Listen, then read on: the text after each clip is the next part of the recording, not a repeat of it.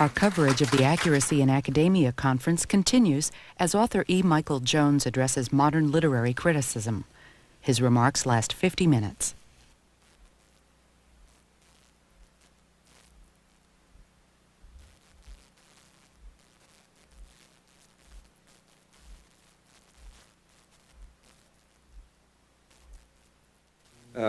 As Peter said, I received my PhD in 1979, and then was hired. I went to the MLA convention. Didn't go to any of the conferences, though.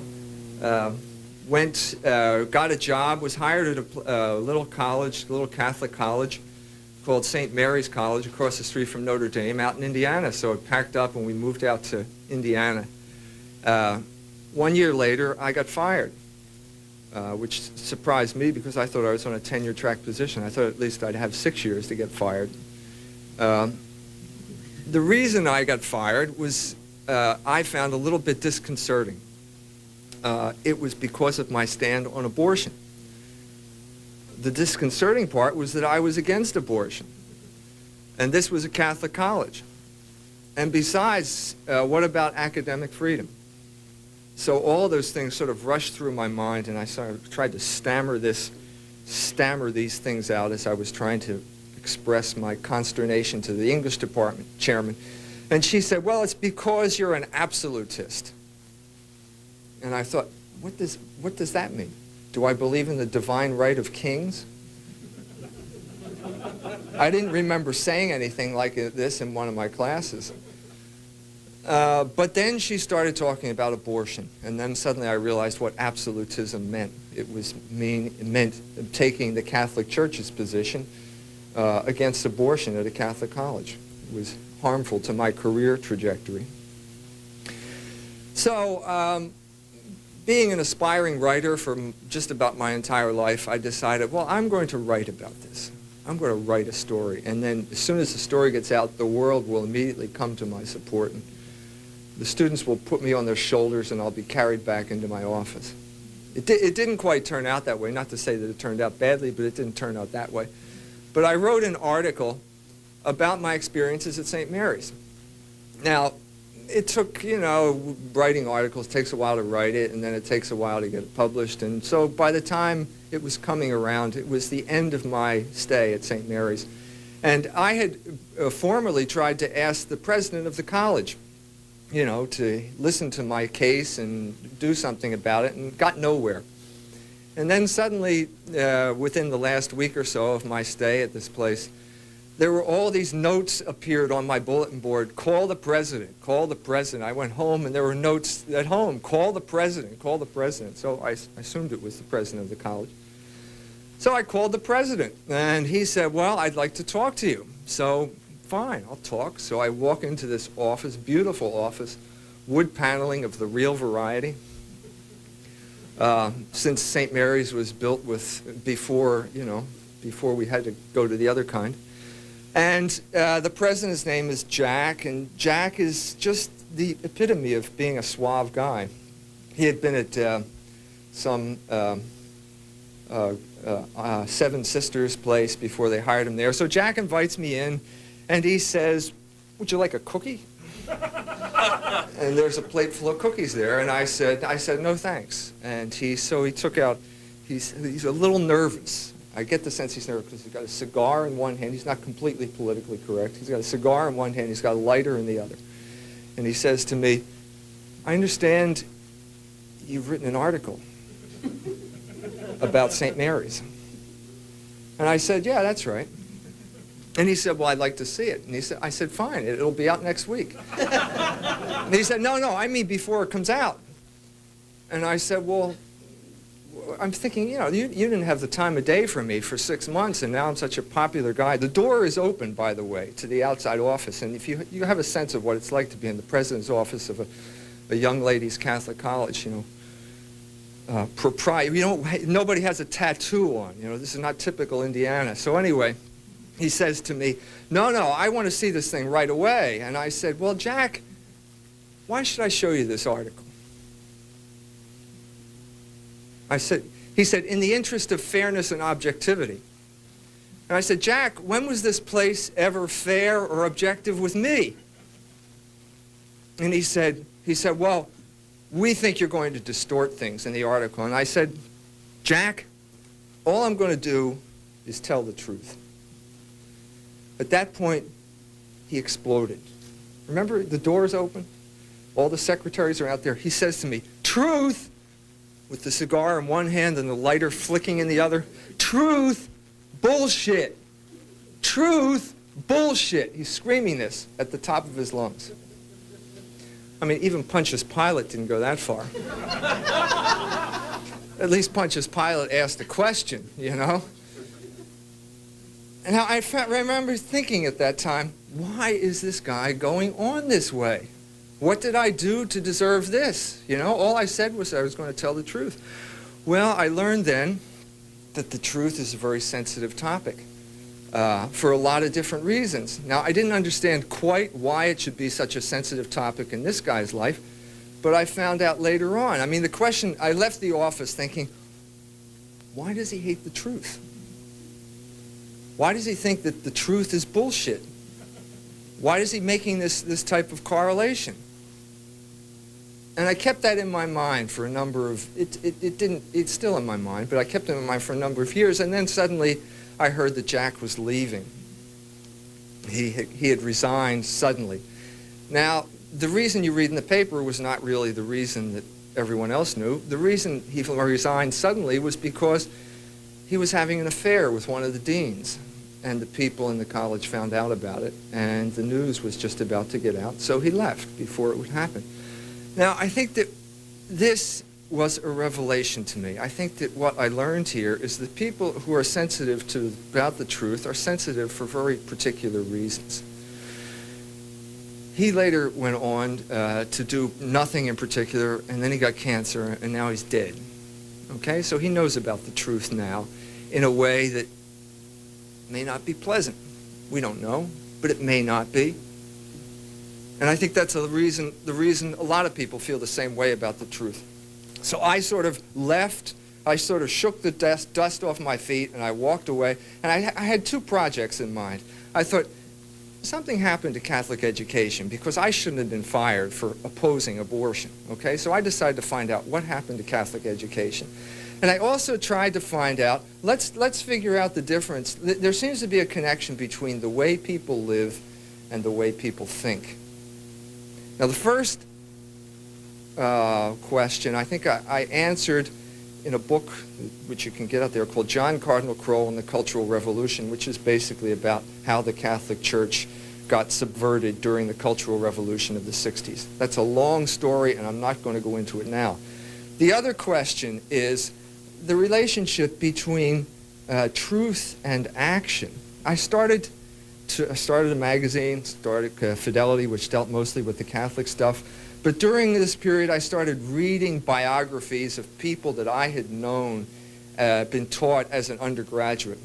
The big difference between when I was an undergraduate and when Adam, my son, was an undergraduate is that people believed modernity in the 60s. They lived it and they believed all those stuff as the God's honest truth. And by the time Adam got to Harvard, they had to enforce that, and that's the essence of what political correctness is. So I started reading biographies. I read a biography of Sartre, and I remember thinking, gosh, I used to think I was awfully stupid because I never understood Sartre until I read the biography and learned that he had a habit of taking Dexedrine and writing for 18 hours at a stretch on Dexedrine. And suddenly I thought, well, maybe I wasn't so stupid after all. Maybe it was his drugs and not my stupidity that was the cause of this.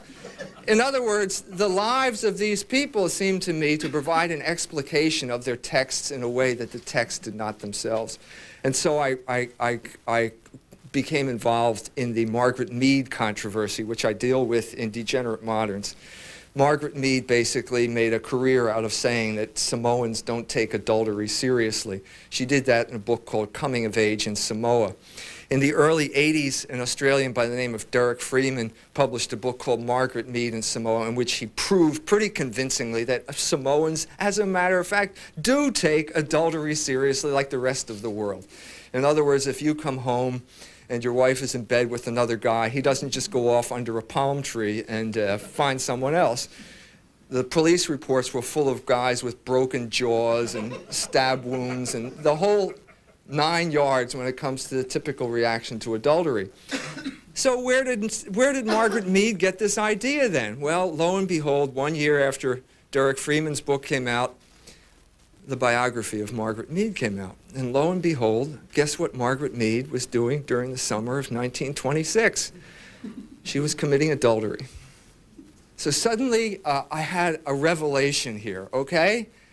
That basically what we're talking about here is projection.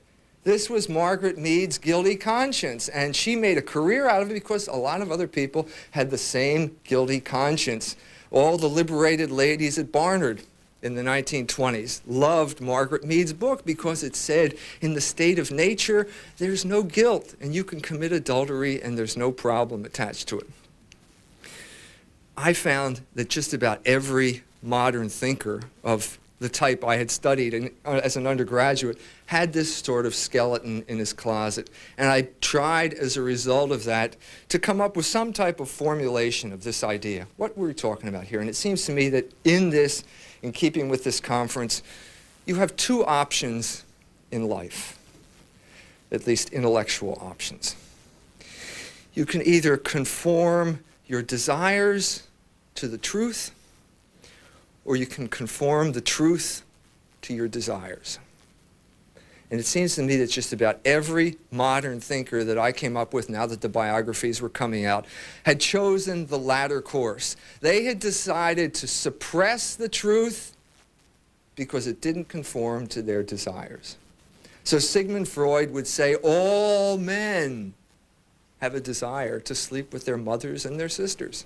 All men, Sigmund? I found that hard to swallow when I first heard it, and then suddenly the story of Freud's relationship with his sister came out, and suddenly this became somewhat more understandable. I'm saying the thesis of the book is that modernity is modernity is rationalized sexual misbehavior, and we now live at the tail end of modernity, and so the university system is nothing more than an elaborate rationalization of sexual misbehavior. Now that's a big statement. I know. I'm famous for big statements. But then I found myself thinking, well, what about my experience as a graduate student? This came to my mind a little while ago when I saw an article in the New York Times on the attack on Western culture. Remember, hey, hey, ho, ho, Western culture's gotta go. Jesse Jackson chanted that at Berkeley or one of those places in California. That never made much sense to me. But then again, lots of things in life don't make sense.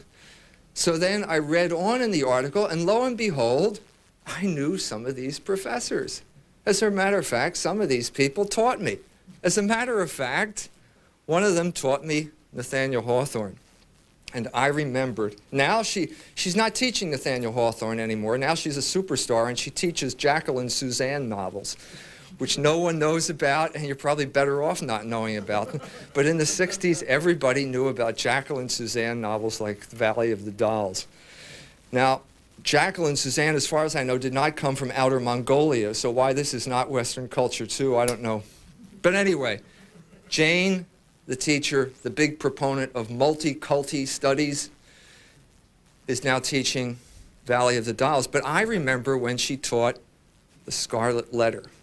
And I remember a class in which a friend of mine was sitting there, and we were going on in a typical sophisticated fashion about everything but the real issue. And if you haven't figured it out, the real issue in The Scarlet Letter is adultery, isn't it? But the real issue beyond that is, well, is it right or is it wrong? And this is exactly what my friend said. She blurted out in the middle of the class, well, isn't adultery wrong? Now think for a minute of my hip professor and the bind that she is in right now. Okay? What does she say? It seems there are two options, yes or no. Okay? yes, adultery is wrong, but then you're considered terminally unhip. And on top of that, you just condemned the mores of everybody else in the English department. The heterosexuals, anyway. So what about no? No, adultery is not wrong. Well, in a sense, that's even worse. Because then what's Nathaniel Hawthorne writing about? Having books overdue at the library? You step up on the scaffold, I can't take it anymore, and you rip it open, and there's this overdue book underneath your shirt. I can't take it anymore. Is that the type of thing that really drives you up onto the scaffold in the middle of the night? No. So what we have here is a situation where you answer no, and then suddenly all of literature is nothing but an exercise in triviality. It's trivial. Is it a big deal? Is adultery a big deal? Did Homer think adultery was a big deal? In other words, if you say no, then you've condemned all of literature and say, hey, it's stupid. Here's this guy, Nathaniel Hawthorne, writing about some guy who was just neurotic because he couldn't accept adultery. So she being the clever career person that she was, she said, neither yes nor no, as there's a passage in the Bible that talks about people like that. She said, adultery is wrong is Hawthorne's truth. Hawthorne's truth? Does he somehow have sexual relations different than everyone else in the world? Does he have different sexual equipment than everyone else in the world? How could it be then just Hawthorne's truth? Well, it can't be Hawthorne's truth. It's got to be the truth, or it's got to be ridiculous. And they're the only options available. And that is the problem, of course, with literature studies. They can't face up to certain things which are true and certain things which are wrong, right and wrong, which are the basis of all literature. If you can't say that adultery is wrong, you can't teach the literature. And pretty much literature is nothing but descriptions of adultery, more or less, isn't it? I mean, Hippolytus, Joseph in the Bible, Madame Bovary, you know, you go through it. Anna Karenina. Adultery has a pretty long history here, okay? In other words, you've just killed Western culture and you've killed literature. Now, why would you want to do this? Aldous Huxley wrote a book called Means and Ends, in which he gives some indication. He said, my generation, meaning the English generation in the 30s, the people who all became communists and from which the Blunts and the Spies came from, he said, my generation believed in meaninglessness, but we believed in meaninglessness for a very special reason, because we were all interested in sexual liberation. In other words, if it was meaningless, then there was no guilt attached to it. In other words, we are ready to kill meaning to let our guilty consciences off the hook. And I'm saying that the only thing that's different between Huxley and all the people who came after him is that Huxley was honest enough to admit it. Because I think that this gets to the heart of what we're talking about when we're talking about truth on campus. The heart of what we're talking about here is that there is a connection between what you do and what you think. As a matter of fact, I think that the essence of the Western tradition is that understanding. That if you want to talk about it in its most metaphysical terms, we strive to know what is true and we strive to achieve what is good. But that those two things are ultimately united at the end.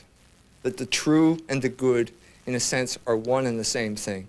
And that if you violate one, you violate the other. If you turn your back on one, if you decide that I do not want the good, then you can't want the true either. We have historical documents. I'm waiting to meet Professor Vassagni for the first time. We've corresponded. An aria in Tristan und Isolde. O sink hernieder, Nacht der Liebe. Sink down, O night of love. Why are you interested in the dark here? Well, because you're committing adultery. That's what Tristan and Isolde is about. In other words, we have the same sort of pattern repeated again as a cultural project. If you don't know how important Tristan and Isolde was for sexual liberation in Germany during the 19th century, Germany and beyond, then you don't understand one of the major facets of cultural revolution.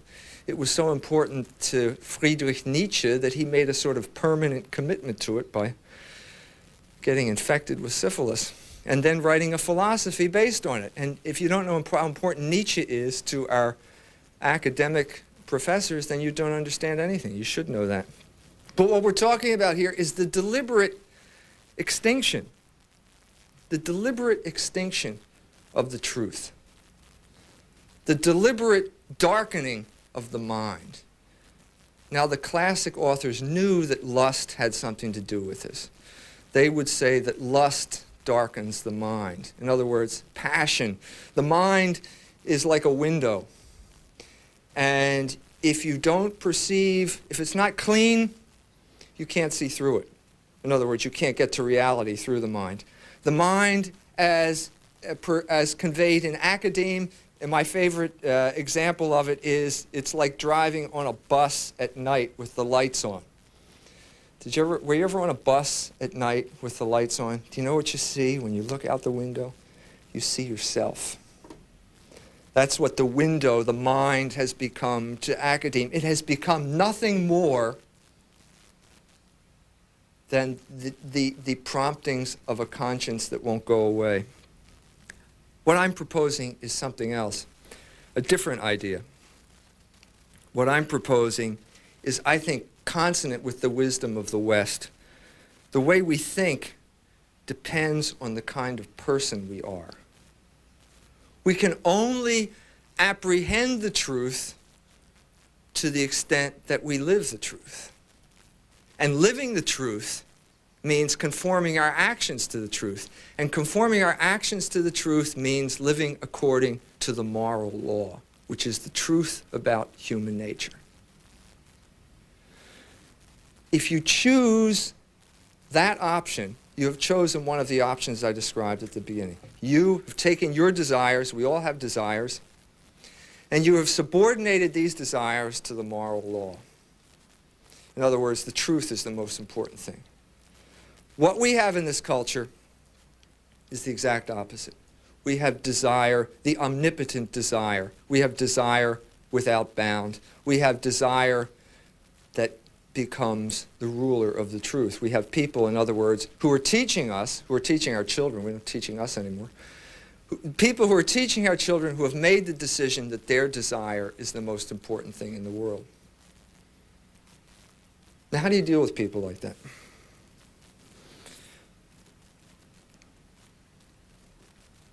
You deal with them by understanding what's going on, first of all.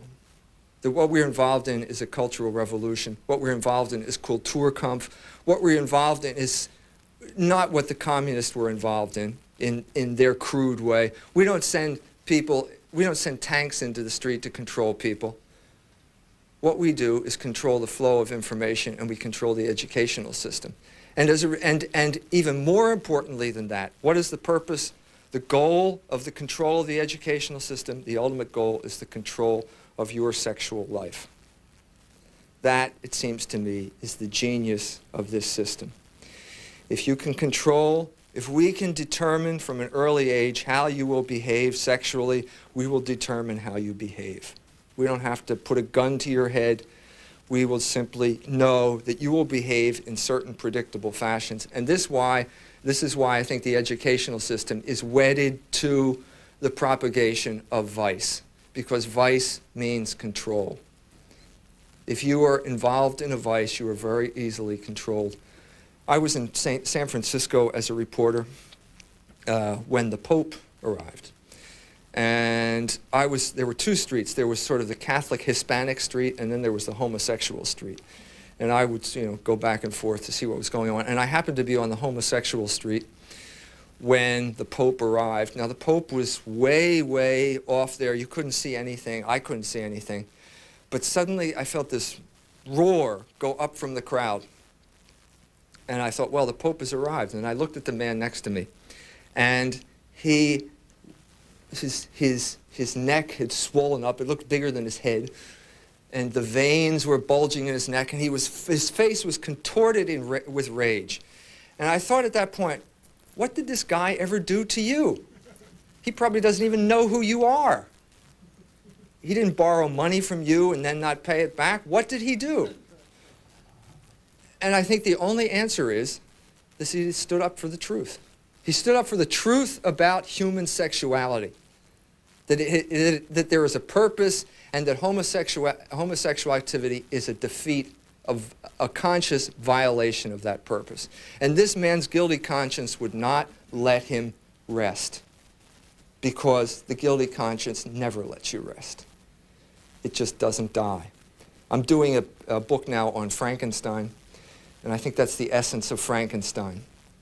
That monster is the sexual license that you let onto the world. That monster is your unrepented sins, and it will never die. We live in a culture that creates monsters and then looks on in shock when the monsters do what monsters do. In this sense, we live in a culture that goes back to a warning all the way at the beginning of our culture. I'm thinking of a play by Euripides called The Bacchae. If you're familiar with that play, it's about the women have left their looms, so it's kind of a play about feminism. The women have all left their looms. They're off on the mountainside dancing naked, watching the Asiatic, or worshiping the Asiatic god Dionysus. And Pentheus, who is an intelligent man, is the king of Thebes. He realizes that this is not a private issue when women take off their clothes and dance on the mountain. There is social order involved in this thing, and he as the king is responsible for social order, and so he has to do something. He has to apprehend Dionysus, which is, of course, what he does. It's easy to capture Dionysus. He brings him into his throne room, and Dionysus says, "Your armies have no power over me," and the king kind of smirks. And then Dionysus shows the king why his armies have no power. He says to him, "Would you like to see the women dancing naked on the mountainside?" In other words, he appeals to the king's prurient interest. And the king, as a matter of fact, would like to see the women dancing naked on the mountainside. And so Dionysus says, "Well, I'll take you there, but you've got to do one thing. You have to put on a dress." So the king puts on a dress, and he marches through the town and sort of ruins his authority by walking around like this. The gender studies people would have a field day with this one.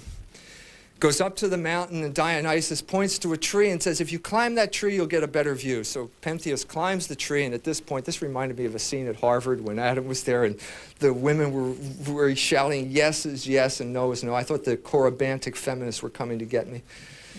But Pentheus climbs the tree, the women see him, and then they rush over, and they bring him down, and they tear him limb from limb.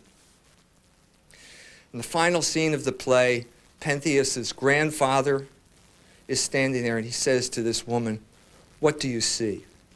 Now the woman is sitting there with Pentheus's head in her lap. The woman happens to be Pentheus's mother. But she's still under this kind of feminist Dionysian intoxication. She says, "It's a trophy. It's a lion's head. It's something great." And her father says, "Look again." And then the intoxication starts to wear off. And she looks down, and she realizes it's the head of her son. And she says, great line, he says, "What do you see?" And she says, "I see horror. I see suffering. I see grief." That's what we see right now. That's what academia is all about right now. But on the other side of the coin, there is the sense that maybe the intoxication is wearing off. As Jeff Satinover talked about, there are plenty of people out there who know that it's not liberation, that there's only one form of liberation for a rational animal, and that is living according to the tenets of reason. That's our hope. That's the hope for this conference, and that's the hope for this organization. Thanks very much.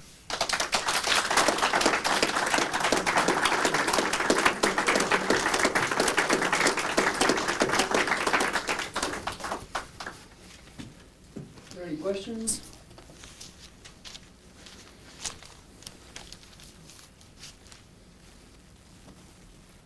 Yeah, my name is Kane Pence, and I go to the oldest Catholic university in America. It's 2 miles up the hill at Georgetown. Lots of luck. Yeah, lots of luck, really. Right. And when you walk into the library there, you're, of course, met with the quote that's been brought up a couple times already from John's Gospel, which says, "You shall know the truth, and the truth shall set you free." And I'm curious, what's happened to Catholic education that when all the Ivy League schools and all the public institutions are, moral relativists and intellectual relativists, why isn't it that Catholic universities can't be the one kind of light on a hill that still adheres to some kind of universal truth? All right, this is exactly the question that went through my mind, and eventually I did the research and found out why it is. It begins in the early 60s.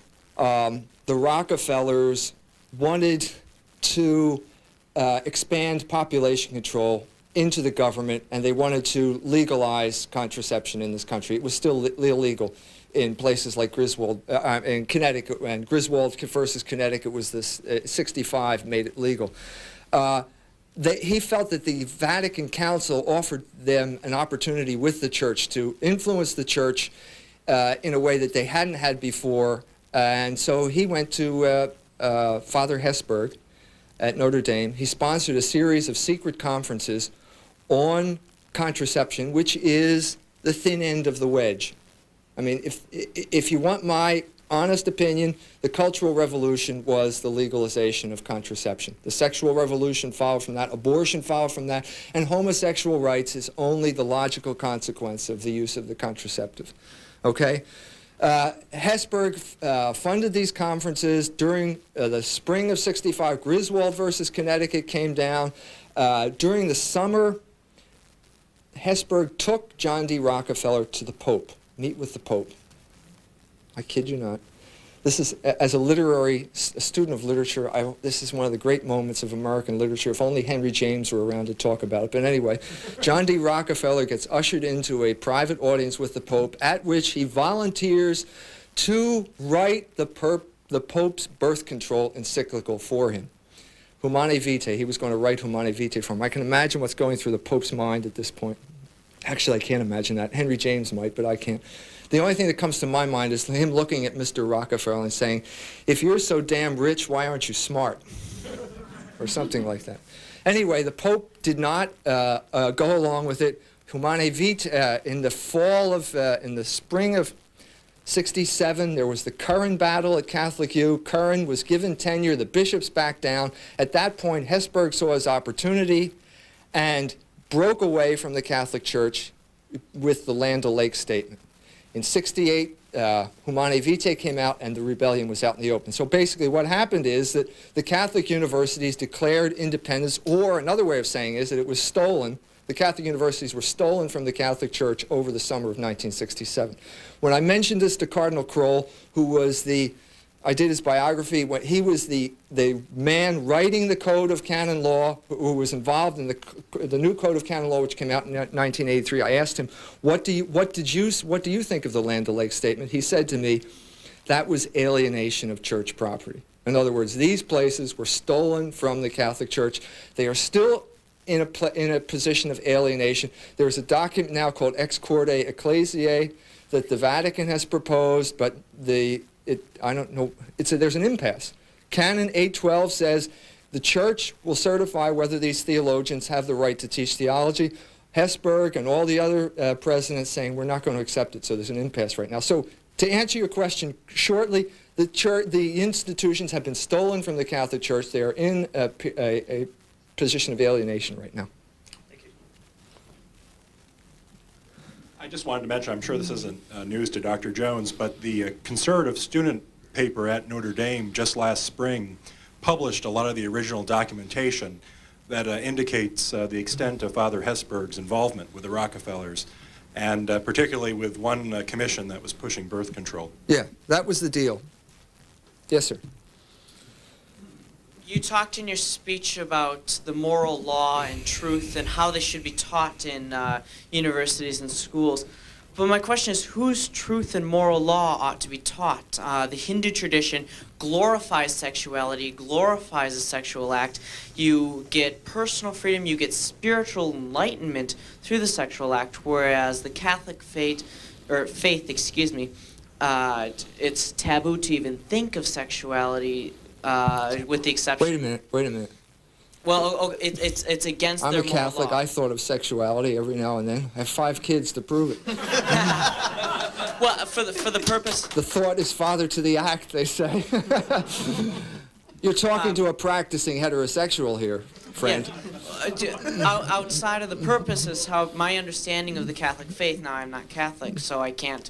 I'm not an expert on it, but it's against the moral law to have sexual acts outside of the purposes of procreating and outside of missionary. The sexual, to give you the teaching in a nutshell, sexual activity has to take place within marriage and open to life. Okay. Okay. But that is significantly different, nevertheless, from, say, the Hindu position. Well, let's not. What about the Aztec position? Well, I'm not exactly sure about what the Aztec law is, but what makes your moral law? What I'm trying to say here is that the human mind can know the truth. And it can know the truth about something as important as human sexuality. And as a matter of fact, the human mind did know the truth, and the reason that there is the confusion that we have now is because it turned its back on the truth. Well, the Hindus believe that they know the truth as well. What makes your truth more valuable, more important? It's not than my their truth. Well, now, wait a minute. You're saying that the human mind cannot know the truth. I'm saying that it can know the truth. Well, what I'm saying You're saying, in effect, is if someone says that X is so, and then someone says Y is so, that the human being has to throw up his hands and say, well, we can't know. I'm saying that your society can develop a truth for itself. Your society can develop its No, own no, wait a moral minute. code. No, wait. You see, every formulation you make is a subtle distortion of what I'm trying to say here. I'm saying that that men can know the truth. And that there is an absolute truth globally around the, throughout the human species? When you say absolute and truth, you're saying the same thing, aren't you? I mean, if it's true, isn't it? So sexual truth is the same kind of truth as 2 + 2 = 4. Is that what you're saying? Absolutely. Michael? I mean, in the sense that the mind can know sexual truth, the truths about human sexuality, and the mind can know the truths about mathematics. They are different realms of existence, but the mind can know the truth in both areas. Michael, could you, that question begs the question of superiority of traditions also, and the tradition of our culture. We didn't grow up in our nation's founding was not built on Hinduism. Let me give, there's an example that I thought of when I was talking about Western culture. Portrait painting did not flourish among the Aztecs. Portrait painting did not flourish among the Aztecs. As a matter of fact, portrait painting only flourished in one place, in one tradition, as far as I know. I mean, this realism that culminates in somebody like Ingres or somebody like that, that Picasso hated, by the way. Now, do you think it's coincidence? I don't think it's coincidence. I think if you have a culture where we can take, all right, everybody in the room outside in front of the pyramid, we're going to cut your hearts out in 15 minutes, okay? If you've got a culture like that, why should you waste the time trying to figure out how to paint someone's face? In other words, this culture does not value the human being in the same way that the Western culture based on Christianity and the Jewish moral law and Greek philosophy did. It's that simple. Okay. Thank you. My name's Justin Bergner. I'm a student at Yale University. And here's what I'd like to address. There are genetics and then there are environmental influences. And moral law is based on understanding of human nature. You can't craft a moral law which tries to make human beings something which their genetics won't allow them to be. And so here's what I'm asking you. What do you do if science in the next 10 years shows that there's a significant predisposition towards homosexuality? What do you do when you encounter that evidence? Because you can only do so much to change human nature. And even if there is some environmental influence and some genetic influence, what do you say? What do I do if science within the next 10 years shows that among Germans and Irish there's a significant proclivity to alcoholism? What do I do? I say this because I'm a little bit personally involved here. I happen to be half German and half Irish. You try and control it as best you can. Okay. But you... There seems... as best you can. I bring this up because the homosexual thing is so explosive. I once was on a plane with a lady who was an Episcopalian priestess who told me within the first 5 minutes of her conversation that she was an alcoholic and that she counseled homosexuals. I said, well, that's interesting. Do you tell the homosexuals not to abstain from sodomy? Well, no. Well, I said, well, what do you learn in AA? Don't the people in AA say not to take a drink? Well, that's different. Okay? That's the ultimate end of discourse. That's different. I'm saying that we don't need science to come and tell us that the human beings have proclivities to self-destructive behavior. We can read literature and we know that already, okay? But we need people to resist these proclivities, even if they are there's some type of genetic precondition, which having read Dr. Satinover's book, I just think that's all bogus. If you want my understanding of it, the best way to let yourself off the hook as a practicing homosexual is to say nature made me this way and there's nothing I can do about it. I think that's the real reading. But yeah, I'm into interpretation. I agree with you there, but don't you think you might be going too far in setting up necessary conditions for a moral law? I mean, is it really necessary? Well, either it is or it isn't. Because moral law is based on human nature. Moral law is based on human nature. No, I think that part of human nature is the moral law. The moral law is constitutive of human nature, but it's not based on it. No, I wouldn't say that. Thanks. Okay. Yes, sir. Hi. Something that was sort of touched on, but is still very confusing to me, is the issue of the truth. I mean, the truth can be a very powerful thing to say that you have and a very easy thing to say that you have. Anyone can say that they have the truth and can propagate an entire attitude towards believing that truth and not accepting people who go against that truth. And I mean, do you believe that you have any truths at this point? I mean, are you really strong? You know, I have another anecdote here from my days at St. Mary's when I talked about the 10 Commandments, and one of my colleagues said, well, that's your truth, referring to the 10 Commandments. And a minute I started thinking, since I never have any money, I immediately started thinking of money. I thought, what I'd like to do, since they're my 10 Commandments, I would like to have a nickel every time someone follows them. And I'd like to have a dime every time someone breaks them. Since they're mine. No, what I'm trying to say here is this is not my truth, okay? I can't, by the very fact that it is the truth means that it is not the possession of one person. Then what makes it the truth? What makes it the truth? Adequatio rei et intellectum. Okay? That's what makes it the truth. Can you translate that, please? Yeah, the correspondence between thing and reality. That's what makes something the truth. And that's not at all open to interpretation. Does the mind... Did I say that there is no effort involved in understanding the truth? No, you did not. Did I say that the human mind was infallible? No, you did not. That you could just roll out of bed in the morning and understand the truth like a god, like an angel? Did I say that? No. No. Okay. Then how do we know whether we have a truth or whether we have some sort of interpretation that we have not yet realized the truth yet? For all we know, it would seem we don't have any. How do we know? How do you know I'm here? How do you know that you're not hallucinating right now? But is that truth how you're raised? Yeah, let me give you. I have to approach this by indirection. Christopher Derrick wrote a book called Escape from Skepticism. He's an English writer. He was in the middle of a Two young students came to him. He was in the middle of this heated discussion. In the discussion, the two young students were saying, nothing is certain. You can't know anything for certain. I mean, this is the ultimate truth of the... They didn't say it that way, of course, which would contradict what they said. Nothing is certain in this life, and until you get that straight, you don't know anything. And then at one point, the guy looked at his watch and said, oh, my God, it's 2:45. If we don't leave now, we'll miss the train.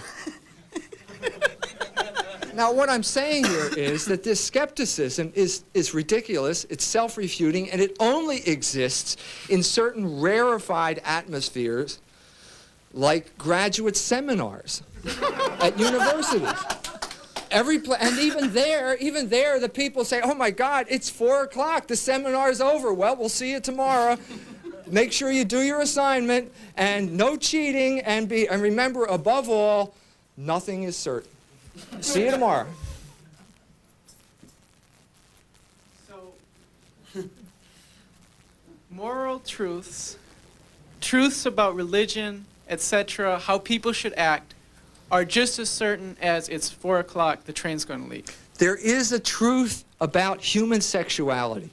There is a truth. There is a truth about human sexuality, and it is apprehendable by the human mind, just as 2 + 2 = 4 is apprehendable by the human mind. The fact that everyone doesn't know it does not mean that it is not there. Just as there, I have I have a granddaughter who does not know that 2 + 2 = 4. Okay, that does not mean that's not true. Okay, thanks. Next. I wanted to give you a practical example, which you should feel free to use if you find it helpful, on the multicultural nature of truth. When the British took over India, they suppressed the Hindu practice of sati, where a wife would have to immolate herself on her husband's funeral pyre. When the Indians threw the British out of India, they did not reinstitute their ancient practice of sati. And I've never yet seen anybody, feminist or otherwise, argue that we ought to reinstitute it because it's an Indian value. What about clitorectomy? Let's get the feminists behind let's get the multiculturalists behind clitorectomy and foot binding. Yes, sir. You asked just a little while ago, how do we know that you're here? Whether we know whether or not you're here is completely irrelevant. We accept that you're here. Just as cultures accept certain things that for that culture, it may be true, it may not be true, but let's say it's true for the purposes of our culture, for the purposes of making life easier. However, it would be easier to accept that I wasn't here, I think. That's the conclusion maybe for Mary's College drew 15 years ago. All right, not nearly as fun, however. Okay, all right. The gentleman who just spoke a little while ago and just was questioning you a little while ago brought up a very good point. And now that I mention it, I just can't think of what it was. No, it was on people believe that they know certain things as the truth. And people believe that they don't know the truth sometimes. My question for you here is that how do we know that the truth that we believe, or what we believe to be the truth, is the same as, or which is different than what somebody else believes, that they know the truth, they believe that they know the absolute truth, but they're two different things. How do we know that we are correct in this, or that you specifically are correct in which the truth that you believe is the true truth, which is different than the truth that someone else believes? Why is there disagreement? That's what you're saying. Yeah. This reminds me of a story about deconstructionist. You know what you get when you cross a deconstructionist and a mafioso? You get someone who makes you a proposition you can't understand. Now, this deconstructionist was speaking at a convention. Actually, I could give you a citation from a book. And he said, he gave his presentation in which the gist of it was that all language is completely self-defeating and can't convey any information. Then the man in the audience stood up and asked a question, and then the guy got back and he said, no, you misunderstood completely what I said here. You see, I mean, if it's the truth, you know, the truth manifests itself. I'm not saying that everybody, that there will be, their disagreements will cease. But there are, I mean, as I said with the watch, you know, oh my God, it's 3 o'clock. There are certain things that people acknowledge as true and they act upon them. If you didn't acknowledge anything as true, you would not act. The fact that people act means that there is an acknowledgement of things that are true. We acknowledge these things because they're convenient. Albert Einstein Why are they proved convenient? Because they make our lives easier. This reminds me of a book by B.F. Skinner, you know, the conditioning guy. Why do the people in this primitive tribe in Bongo Bongo, why do they row this way? Okay, well, he says, because they're conditioned to row this way, right? End of discussion. Well, wait a minute. Why are they conditioned to row this way? Suddenly you see this whole thing, suddenly a whole era opens up, and the only way you can answer these things, when metaphysics talks about transcendentals, okay, that means the buck stops here. The only way you can answer these questions in an ultimate fashion is by saying it's the true and it's the good. We're going to have to cut things short. We're already in our lunchtime, so thank you to Dr. E. Michael Jones for this enlightening discussion. Thank you very much.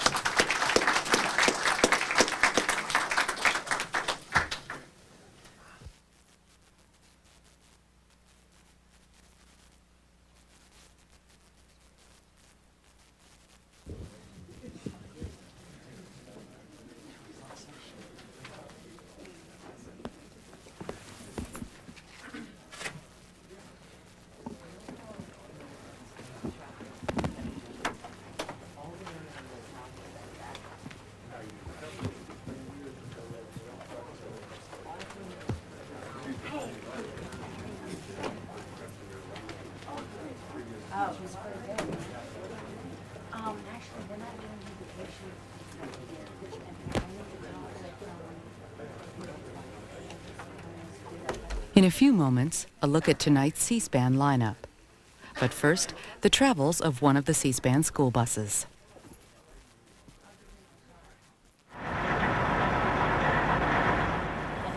Today we're in Mount Vernon, Illinois. We're in the 5th Judicial District.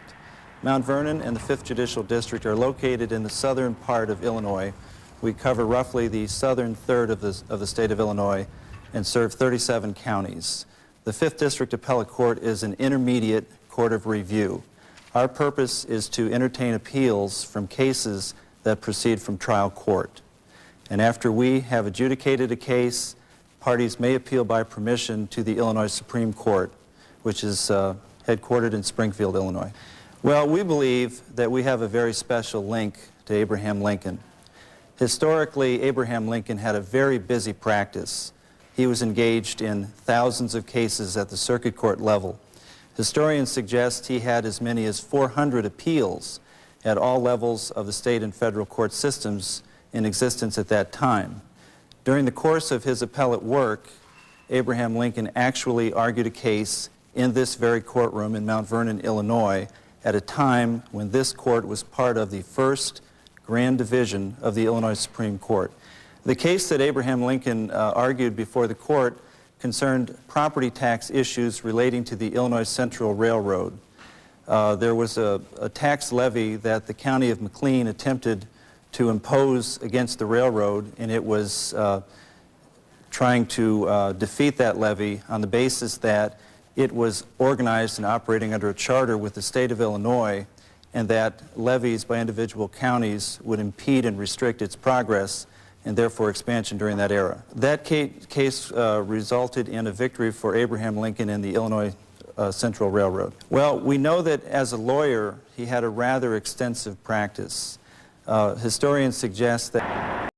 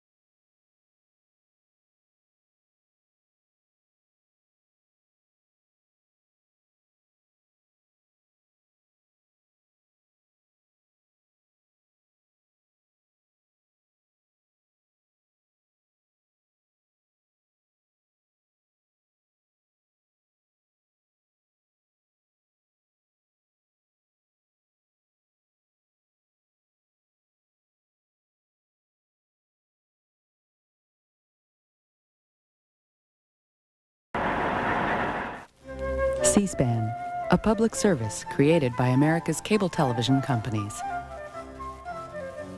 Here's a look at our lineup. Just ahead, an address by acting Arkansas Governor Mike Huckabee. In 15 minutes, remarks by British Secretary of State Sir Patrick Mayhew on events in Northern Ireland. Later, a hearing on child labor.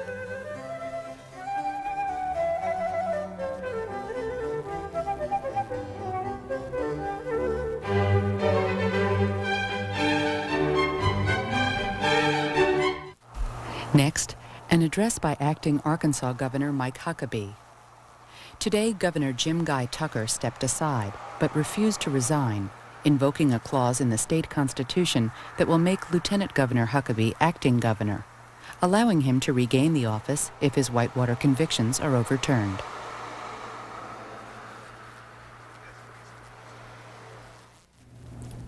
Good evening, ladies and gentlemen. Tonight, I fully expected to address you as the 44th governor of the state of Arkansas.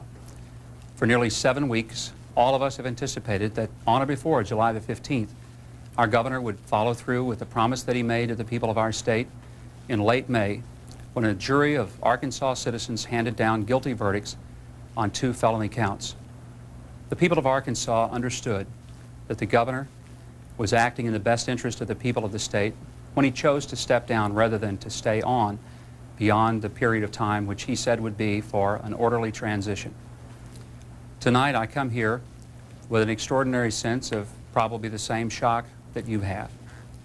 I had wished tonight, in fact, had stayed up late over the past several evenings, preparing what was going to be a carefully crafted speech. Needless to say,